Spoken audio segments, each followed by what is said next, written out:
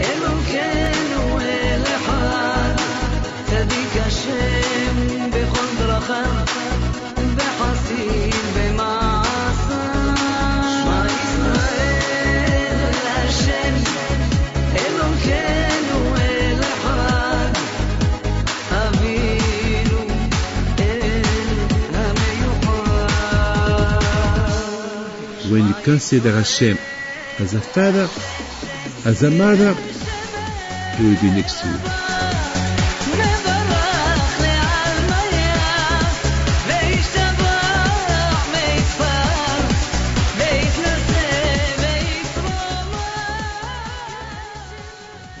ברשות מוריי ורבותיי, ובפירוש של בעל הבית, the second בעל הבית, the third בעל הבית. Today we will be talking about one of big question that we have about the way how Abraham Avinu was handling the way how to serve Hashem. And first, let's talk about when the day that he did the Brit Milah.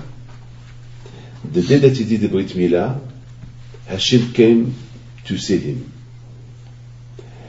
According to the Zohar, the day that Abraham did the Brit Milah, that day Abraham become Merkava of HaKadosh Baruch Hu. Merkava, that mean that mean to hold Hashem. I mean, not everyone has the zichut to be near Hashem. Not everyone has the zichut to hold Hashem. I mean, Merkava, that means to be the company of Hashem.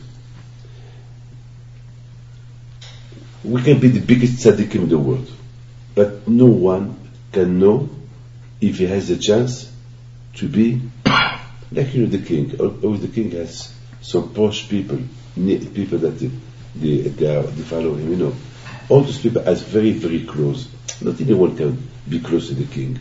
Only really the people that are so close to him.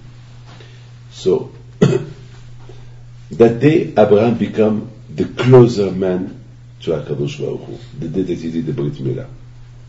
So just imagine Abraham Avinu Alav Shalom, he did the Brit Milah. It was very, very hot. So Rashi said that day Hashem didn't want to disturb Abraham Avinu. Hashem didn't want that people will come to bother Abraham Avinu. So it was so hot, so no one went out. Very, very hot. No one went out. So no one will bother Abraham Avinu. So Abraham Avinu Alav Shalom. But Abraham Avinu, he was very, very sad. Even that he was not very, very well. He was not very comfortable. No. It's an operation of Brit Milah. Especially when you talk about a man that he was 100 years old. He was not a baby. He was a man. He was an old man. And it was hurting. It hurt. And Abraham Avinu is sitting. So Rav Michli Yehuda Levkovich, Alav Shalom, is my Rebbe. He's a big tzaddik. He died a few months ago. Big tzaddik. He asked two questions. One question, he said, Abraham Avinu, he knows that no one will come out. So why he was sitting at the door of his tent?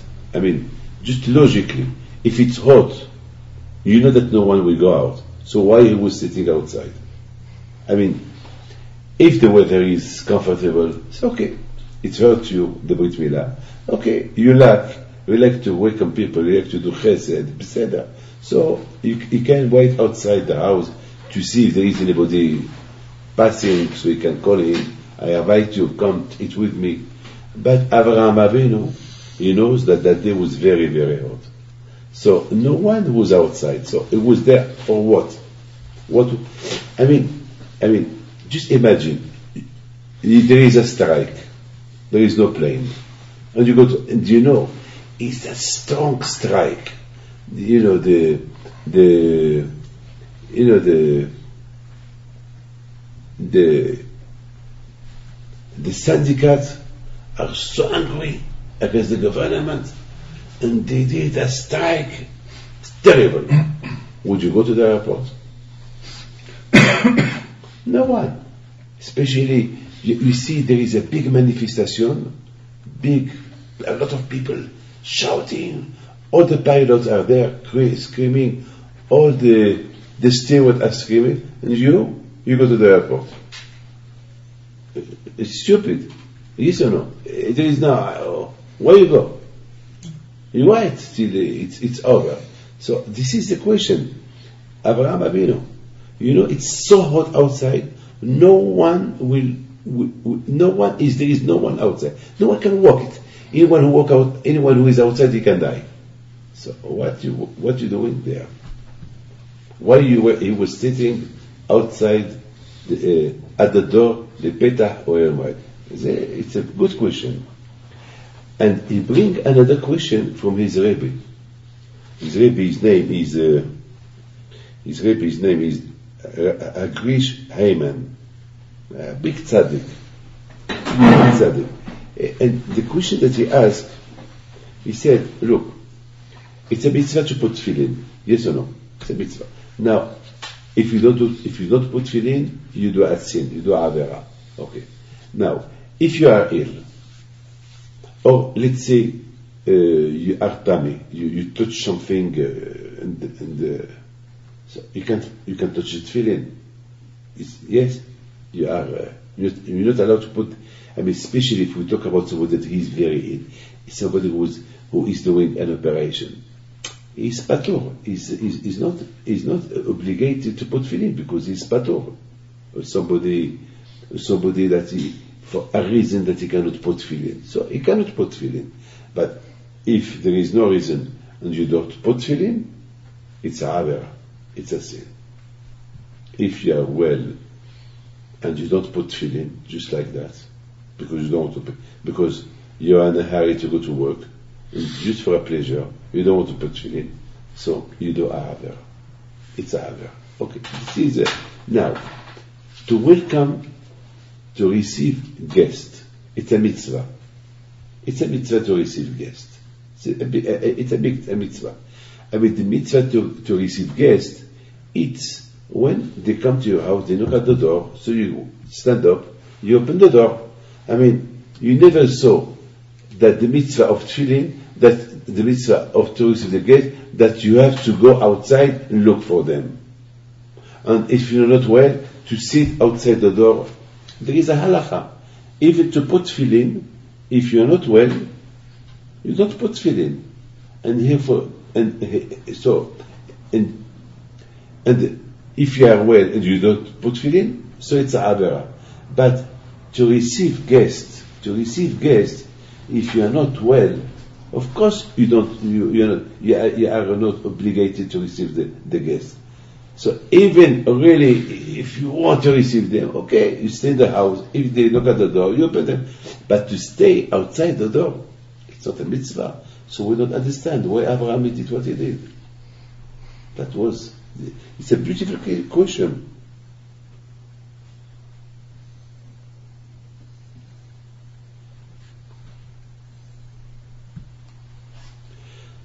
I mean, to put tefillin, it's an obligation to put it every day.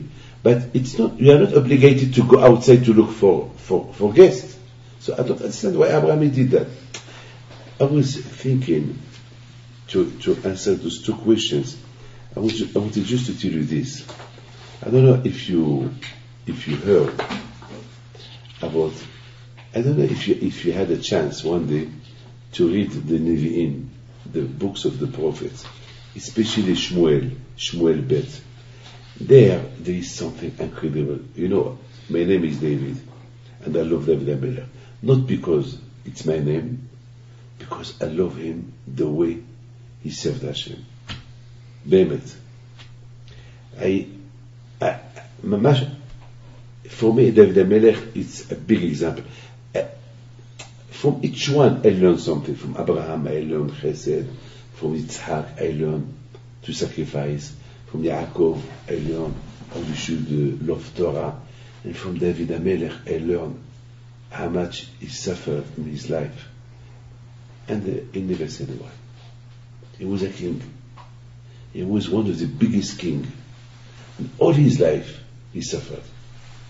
Usually a king, he has everything. And he had everything. He was powerful, he was strong. He could fight 1,000 people alone. No worry. You know what he said one day, David HaMelech? He said to Hashem, Hashem, so much I love you, just bring me your enemies, I'll fight them. Just bring me your enemies, I'll fight them. You don't need to fight them, I'll fight them. That was David HaMelech. But now listen to this.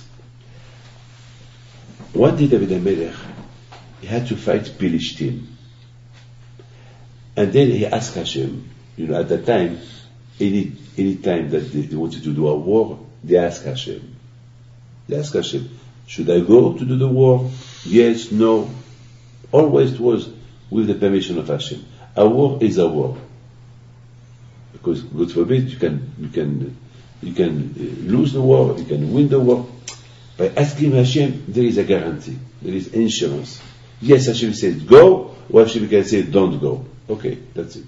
So Hashem asked, he said, Hashem, David HaMelech asked Hashem, would I go to fight the Philistine? You know why? Because at that time, David HaMelech became the king. So the Philistine, they wanted to test David. Because he's just new king. Now they want to test him. How strong he is, how is his politics, you know, how he's going to prepare the war, you know. So Hashem said, okay, you can go, but you will not fight the Philistine till you see the tree, till you see a wind coming, and you will see the tree that is moving. The branch of the tree, are moving. If you don't see that, don't fight. And that day was very, very hot. No wind. No wind. So David HaMelech, he went to the war. He took with him his army, and he stand on his horse under a tree. And he's waiting for the wind. He's waiting for that the tree, the branch of the tree, they will move. No wind. You know, the tree was like paralyzed. Paralyzed. Like a paralyzed man that he cannot move. So, you have Abishai, or the close friend of David HaMelech, the strong army. David, what are you doing here? The Philistines are there, we're few hundred meters away from them. They're going to start running to us, and you're in danger, we're in danger. No fight. Hashem said, we wait. That was a big nisayon. The Philistines, they don't understand what's going on. Usually David HaMelech is the first one to start the war. Here, no one started the war. So Philistines started the war. They were exactly maybe half meter from David HaMelech. And David HaMelech, they told him, please. He told him, better die for the word of Hashem, not to disobey the word of Hashem. If we have to die, we have to die. But exactly in the moment that they nearly cut the head of David HaMelech saw that the trees, the branch of the trees started to move. And then David HaMelech said, now let's go, let's fight. And they beat. Twice that happened to David. Twice Hashem tested the love of David HaMelech, how much David HaMelech is willing to listen to Hashem. Now I would like just to tell you this. There is something that I was asking myself. Usually Avraham Avinu, whatever he does, he asks Hashem. Yes or no? Always he asks Hashem. I do not understand. They told Abraham that his nephew was kidnapped, Lot. What Abraham did, he went to fight. the 4 kings, and he won the war. Why did not ask Hashem?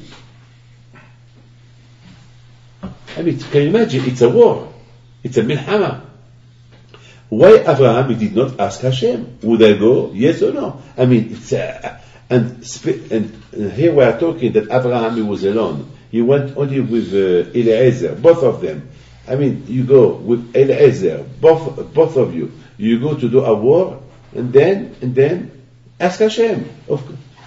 And he won the war. You know what he did? He took the sand from the floor, and he threw the sand on the armies, the enemies, and the sand, they killed them.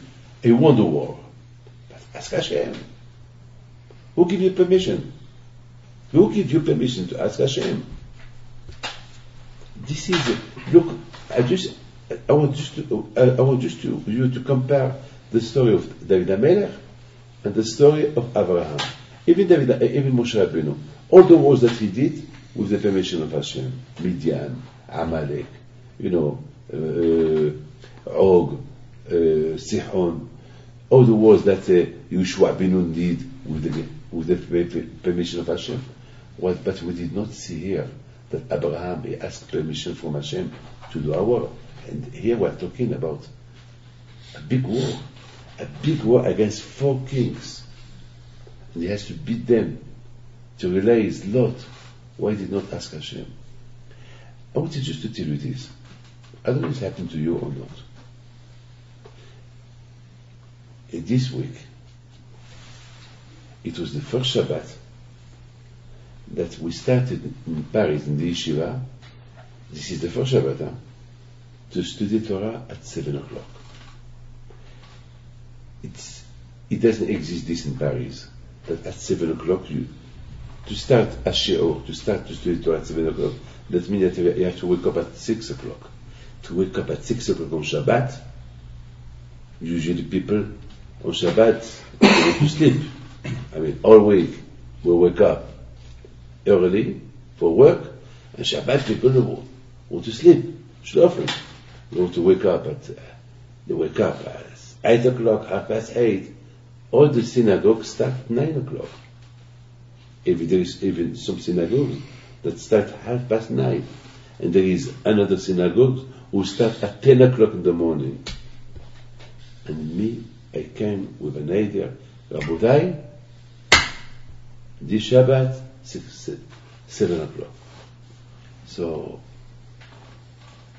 people were looking. I said, well, I will be the first. Who want to join me? So people, they started. And Baruch Hashem, there were 40, 50 people who raised their hand, said, we'll start. 50 people to wake up at 6 o'clock, to arrive for the shiurim, 2 hours Torah till 9 o'clock, too much. Now there is another problem. Who can tell me? It's winter now in France. Who will wake me up? On Shabbat, I sleep very, very, very late on Friday night. Who is going to wake me up? Who's going to wake them up? Because it's dark outside. It's not easy. I mean, that was a big problem. But I said to them, if really you want to study Torah, your body will wake you up. It does happen for business. When really you want a business, not only to sleep all night, but you wake up not to miss the plane. Even without, you wake up before the alarm clock started to ring, you're already up. Why? Because you don't want to miss that business. It's conscious, it's psychologic. Understand? It's psychologic. So, the same way that a man for business, his body will wake him up, when it comes to Torah, when it comes to Hashem, I promise you, if really you want Hashem, if really you want, Kol atzmotai tomarna Hashem ikamocha. The bones, when Hashem created the man, He created the bones. He created and it's Hashem made. Hashem made Adam. And of course, it was a direct contact from Hashem to Adam. When you put on him, he blow from his mouth to Adam Arishon, the Neshama. So this man, with the Neshama, he has a direct connection with Hashem. If this man really want to wake up in the morning for Hashem, his body will wake him up. His body will tell him, hey Jose, wake up. Hey David, wake up. It's 6 o'clock. It's 7 o'clock. How our parents woke up at that time? How? They had no telephone, they had no alarm clock, they had nothing. They had nothing. How do you wake up? I promise you, a lot of times when I decide to study Torah, when I decide to do a mitzvah, I don't need an alarm clock. My body wakes me up. This is my own experience. This is my own. So this Shabbat, at 5 o'clock I woke up. I said to Hashem, but 5 o'clock. I said 6:30. I said 6:30. I started to laugh. I said, well, I will sleep a little bit. But I couldn't sleep. That's it. Then I said to myself, well, David, now that you are up, it's 5:15, so wake up.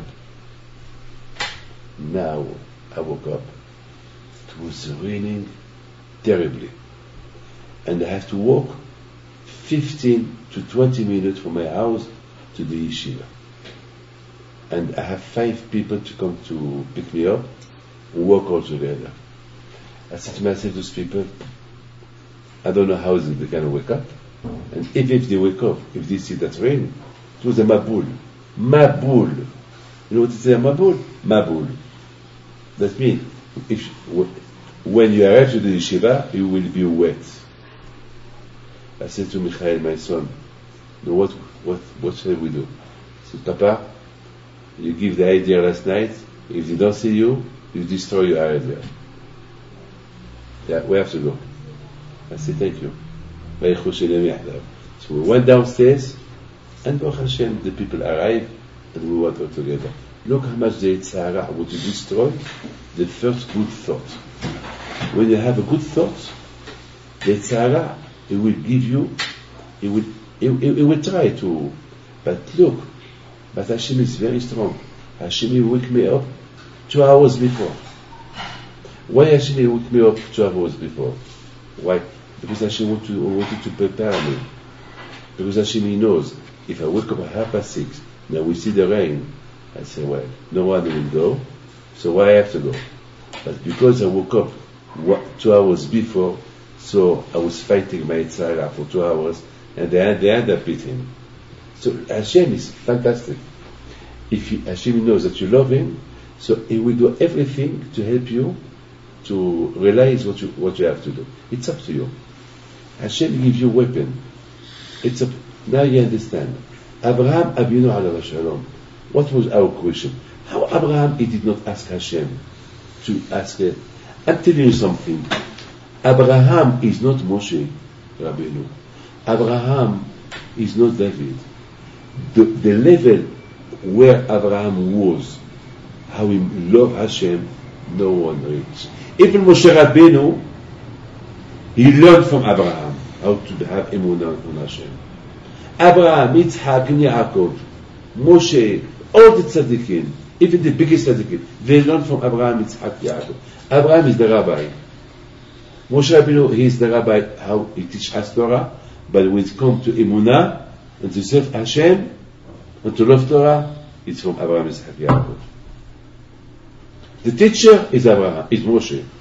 But love Hashem, emunah on Hashem, to sacrifice himself for Hashem, to love the Torah, only from Abraham, Yitzhak, Yaakov. Abraham Avinu, he reached a level that he didn't need to ask Hashem, do I have to go to war? His body wants himself. Hashem talked through his body.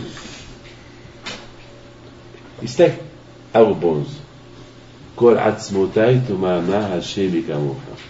on Shabbat, what he said, Kol Atzmotai Tomarna, all my bones, they said, Hashem, who is like you? Now, it's the bones who said, Hashem, who is like you? What about you? Do you say it? What about you? That means the bones, my bones, they know Hashem more than me. What about me? What about me? And it's incredible. Abraham Abinu Alav Shalom, before he decided what he wanted to decide, his bones, his body, already decided what he should do. In the right correction way. You know, my friend, the way Abraham served Hashem, Abraham always he was walking before Hashem.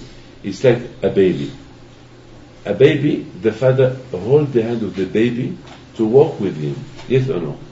You never see that the baby, he will walk before his father. Or the baby will tell his father, hey Papa, give me your hand, I'll walk you. No. It's the father who walked the baby. Here, like Noah. Noah, he lived he was in a generation that there were a lot of Reshaim. So who took the hand of Noah? Hashem. Hashem held the hand of Noah. So Noah he can resist the bad people. Without Hashem holding Noah, hey, be careful, don't do that, be careful, don't do that. But Abraham Abinu, he didn't need Hashem to hold his hand. Abraham, he said, I can handle myself. Incredible. Incredible. Now you understand why Abraham Abinu, Alav Shalom, he didn't need to ask Hashem, do I go to do the war against those kings or not? Because Abraham Abinu, why you want to go to war? Why you want to do this war? To save people, yes or no? To release people from that Nimrod, from those Rishaim. So, I mean, Abraham Abinu, all his thought was good. I mean, I know Hashem, you will love to do what I'm going to do now. So, he didn't need to ask Hashem. Moshe Rabbeinu, it was not in that level to decide if he has to go to, if he has to do the work or not. He has to ask Hashem. David HaMelech, he did not have this level of Abraham.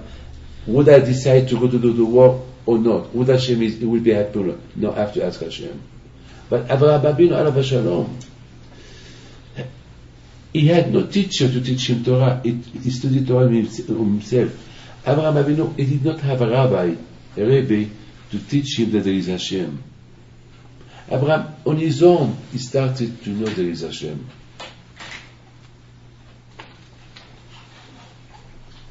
How do you know that money is money? Because since you are a baby, your parents and your friends, the people give value to the money. So you go up, so automatically you give the value of the money. Just imagine if you were in the jungle since you were a baby, and suddenly you arrive to a city, you see the money. Would you realize what it is the money? You don't know what. Would you know the value of the money? No. Just a baby. Give him a diamond, the best diamond of the world. What he will do with it? He will play with it. Then maybe he will throw it away. But give him a sweet. He will be happy. He will tell you thank you. With the diamond he can buy millions of tons of sweets. And he throws it. Because there's no. There's no. Abraham Abinu Alav Shalom, he started to search. Till he realized his body was a body of searching Hashem. All his body, everything on him, he was searching what this hand is made for, what his tachlis, what his tachlit, la meta, el propósito de la vida. Tachlit is what is his duty in this world. These eyes, for what? Just to see. Just to see, no, there's something else. Because always We think, yes, my brain to think, but to think what? Only money? To think what to eat, what not to eat, to think. To think. Who give you the brain? Think, who are you? Where are you? Who created this? This is Abraham, he reached that level. Now you understand something I don't want to tell you. Listen to this.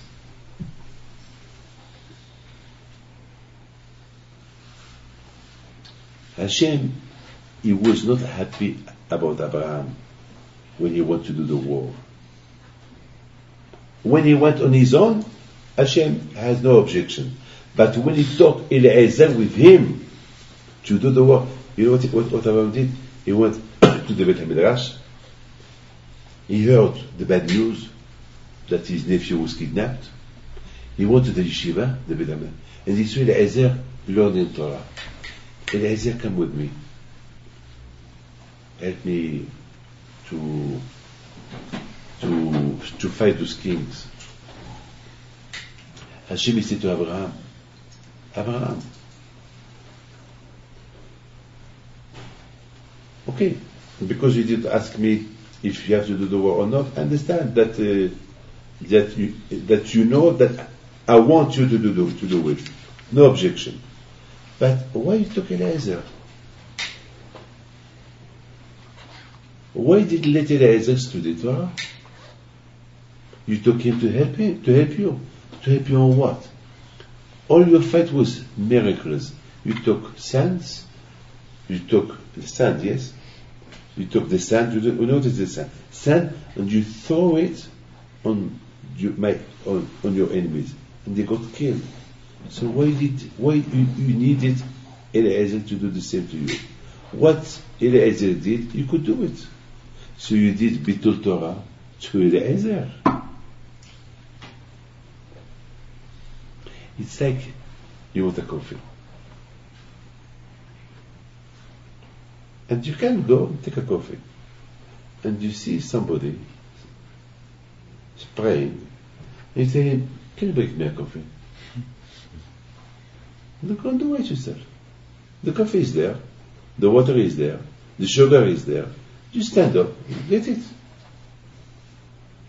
Why you have to ask him? Why you make him stop from learning Torah? That's what Hashem was annoyed. It was a little bit bekas. It was a little bit annoyed against Abraham. Why are you talking? So you see, Avraham Avinu alav shalom, he did not ask Hashem for a lot of things.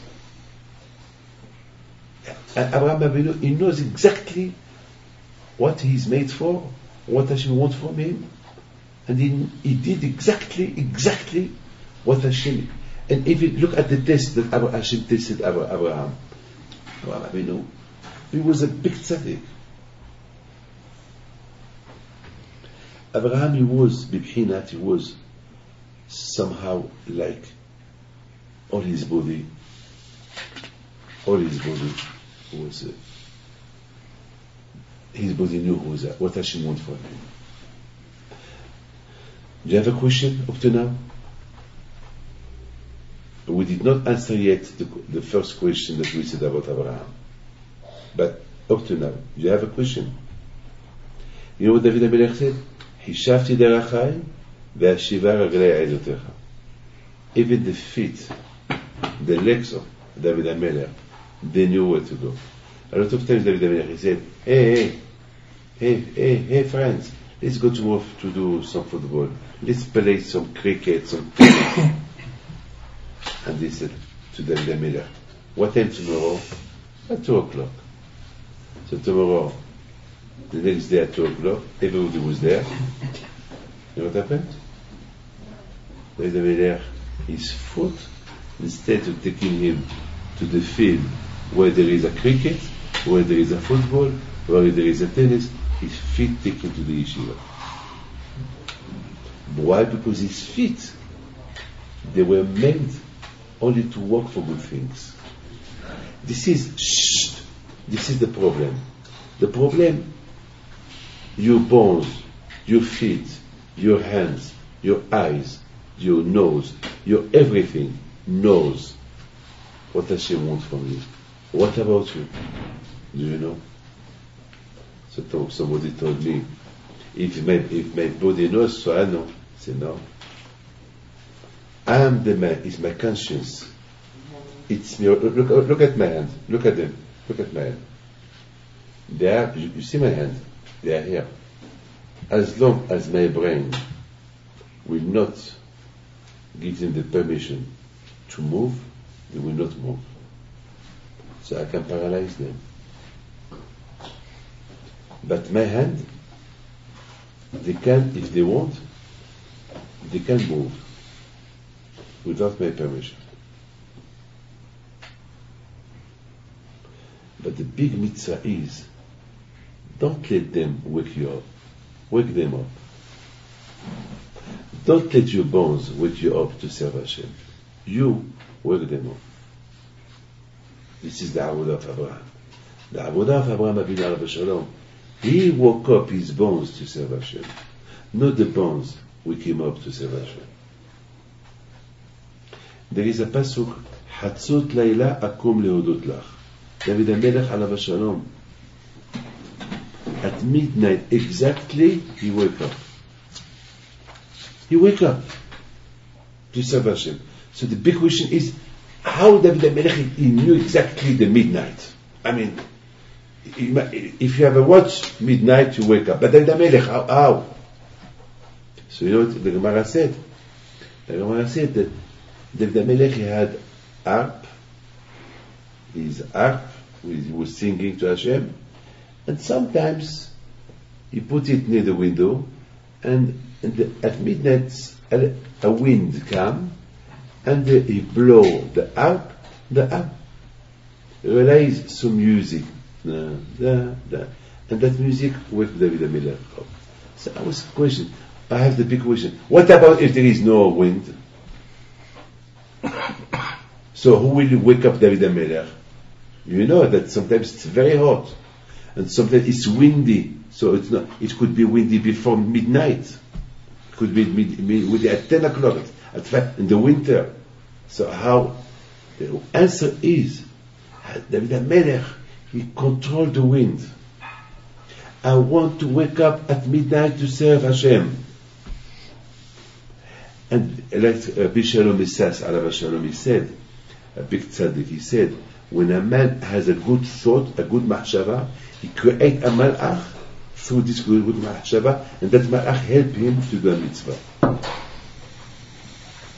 So David HaMelech alav shalom, because he had a good thought to wake up, to pray to HaKadosh Baruch Hu, so this wind, he will come exactly at midnight to wake him up. It's incroyable. It's incroyable. It's incroyable. Now you understand. Abraham Avinu alav shalom, he saw outside it's very hot. So hot, so it's impossible that there is people who walk. So what was our question? Our question was, if it's so hot and there is no people outside, so why Abraham Avinu, he was sitting at the door? I mean, it's not logic, it's not normal. Why he is sitting at the door? There is nobody. I mean, if there is people, if the weather was good, okay, you can sit outside, you wait for visitors or avoid them. But Abraham, it's anyone who walk will die. It's like it's impossible. The answer is, it's his body. The body of Abraham was all the time burning to do good things. Even knowing that there is no body outside, he couldn't stay home. It's like you're excited, you can sit, you move. I mean, there is you're waiting for somebody that you did not see for millions, for a lot of, and this man, you're excited. What is going to come? You walk in the house. Abraham Avinu, he loved so much to do chesed. He couldn't stay. He couldn't stay. Now you understand that there is no obligation for Abraham. He was ill. There was no obligation for Abraham to stay outside. Till somebody knocked at the door. But Abraham Avinu, his bones, they were saving so much Hashem. So his bones, they didn't let him sit. And he couldn't sit.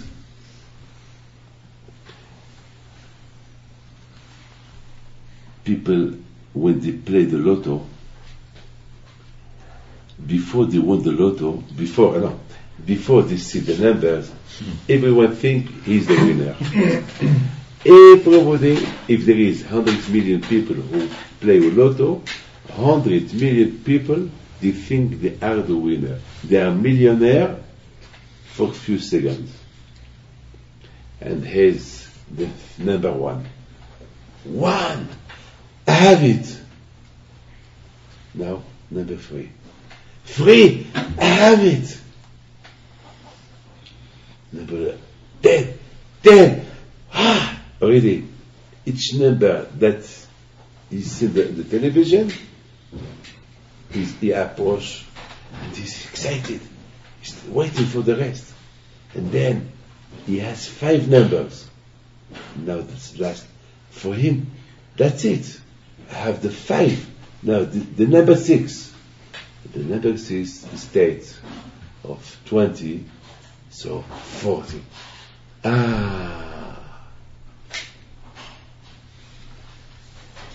He lost. So maybe he won something. Because if you have 5 numbers, you win something. But he won, but not the gros lot, not the lotto. Just imagine that big gros lot of America, $300 million. Wow. Okay, imagine. The makes everybody. That was Abraham Avinu.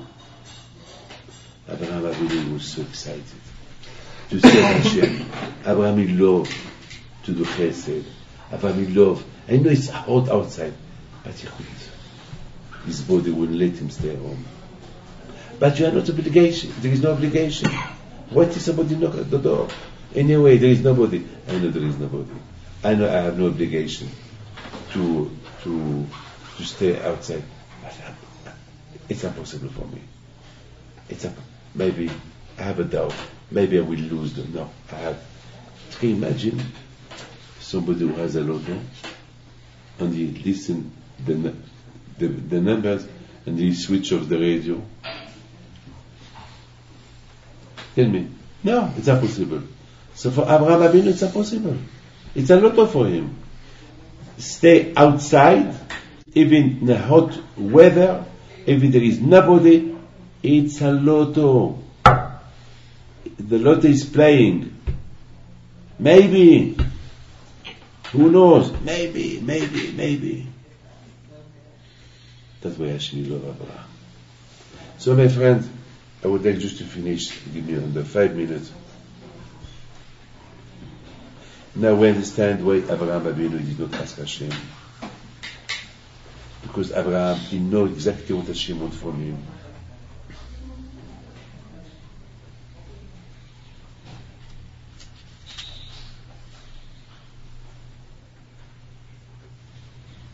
How much the parent has the obligation to educate the children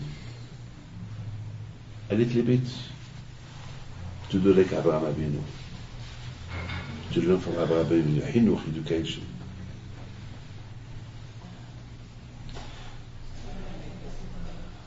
Too much assimilation today.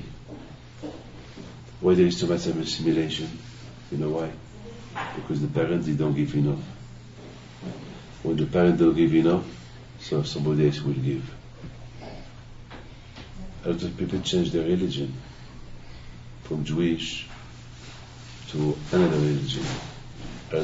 I promise you, Hashem is a witness. Last week, many times I cried with parents because the children, they change their religion. And my first question to them is, You respect Shabbat. You put Tefillin. No, we're not religious. Now I understand. So I told them, because you did not give them what they need, so somebody else give them their religion. Now, it's pity for you now. I cannot help you. There is nothing I can do. There was a man in New York who was crying. Benetton. He was very crying. Very crying. He came to me because he lost his father. And then, no, he lost his daughter, excuse me. But he didn't believe in God at all. So I told him, I started to talk to him, and he started to believe in Hashem. 3 weeks ago, you know what he told me? I have doubt about Hashem. I told him, but you lost your daughter, you did Teshuvah. He said, well, I have doubt now. So my question to you is, what happened? He did not believe in Hashem, he did Teshuvah, now he has doubt. Because, unfortunately, to do Teshuvah it's easy. But there is something, if you want to build a house, you need the foundation. You need foundation. If you don't build with foundation, the house will, with a wind, the house is destroyed. Foundation. What is the foundation? Is the Torah. You want to build yourself, you need foundation. Torah. This is. Now, this man, he thought with the Kaddish that he was saying for his daughter during the year, this is the Teshuvah. No. Look, now it's too late for him. You know, I ask you a question. In French, we say it's a devinette. What is a devinette? Devinette. There is a man who is hungry, want to eat. He open. He's hungry, and he want to eat. And then somebody came, opened the fridge, and he left the fridge open. And the fridge is everything. And that man, he see the food. You have there everything, but there is a problem. You don't eat.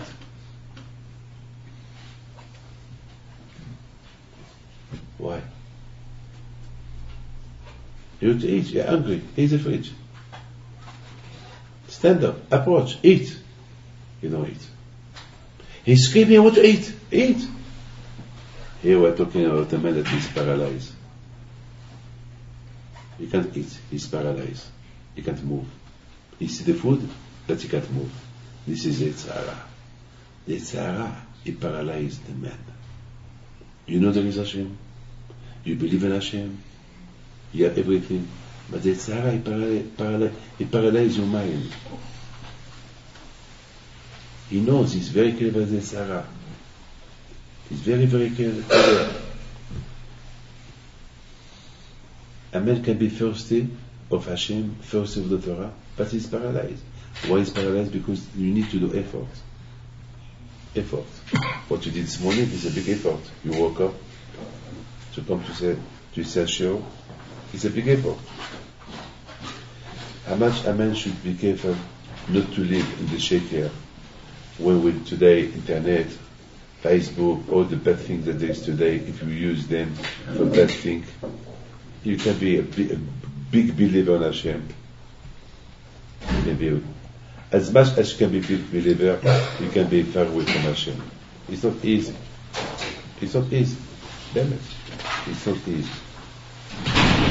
I would like to wish you, all of you, ברכה והצלחה, בריאות בעת השם, פרנסה טובה כרצון, and בעת השם, שקשרו. Just 1 minute. Just imagine. Abraham was fighting Nimrod, yes? Yes or no? Nimrod, he wanted to kill Abraham before. He did not kill him. And then here, now Abraham, he came with who? With Eliezer to fight Nimrod. And Abraham beat Nimrod. He beat all his army.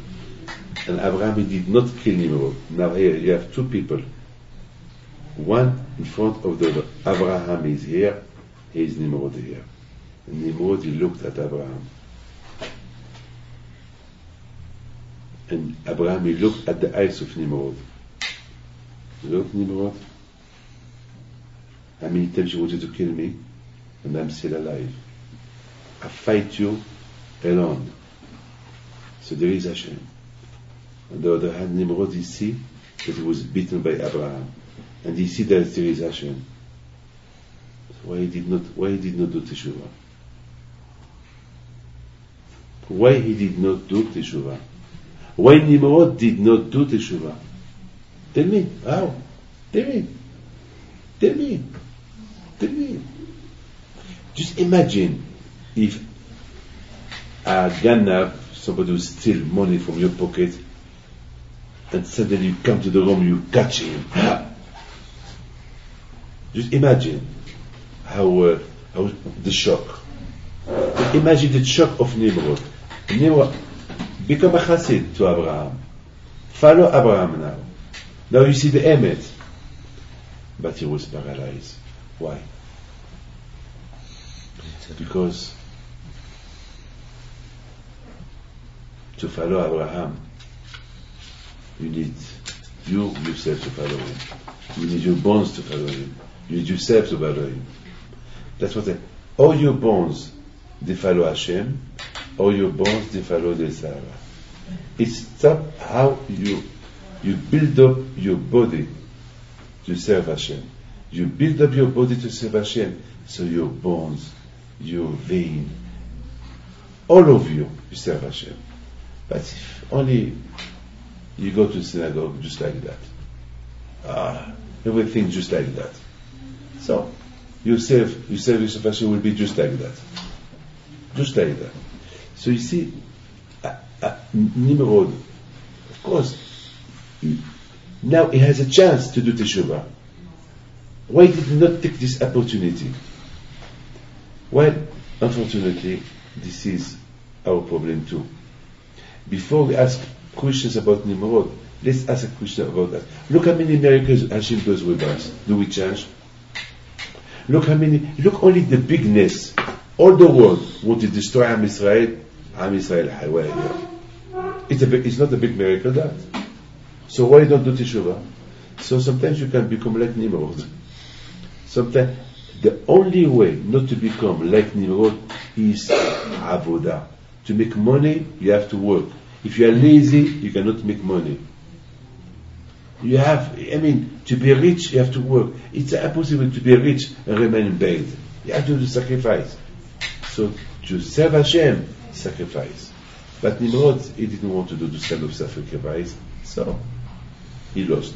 Shashem yitelachem bracha v'etzlah. This Dvar Torah is le'enu nishmat Rabbi Moshe Sarbad, alav shalom, Rabbi Moshe Sabah, with his wife, his family, and nishmat Hana bat Jamila ve'nishmat Yitzhak ben Leah, Simcha Clara bat Baye, ve'nishmat Yaakov ben Bedri,